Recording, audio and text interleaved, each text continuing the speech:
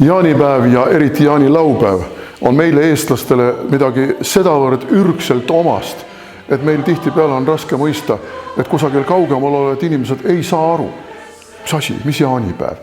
Miks te peate siis jaanipäeval tuld tegema? Miks te peate jaanipäeval köit vedama ja vägikaigast vedama ja sõnajala õit otsima? Jah, teil on valged ööd, aga see on klimaatiline eripärasus. Mis siin ikka nii väga erilist on? Aga tegelikult ongi erilist. See on meie DNA-s. See on meie tuhandete aastate pikkuse ajaloo siiani säilinud, kuidas ma ütlen, kvintessents, ja seda tuleb hinnata.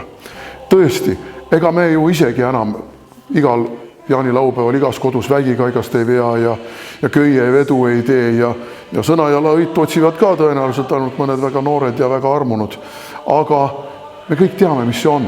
Me kõik teame, mis tähendab, kuidas Koit ja Hämarik kohtuvad. Ja sellepärast soovin kõigile ilusat, turvalist, õnnelikku ja rõõmsat jaanilaupäeva, jaanipäeva.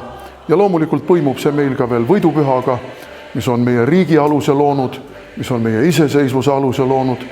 Ja tuleme kõik pärast jaanipäeva uuesti kokku, vaatame üksteisele otsa ja saame aru, et me oleme ühe ürgse rahva liikmed.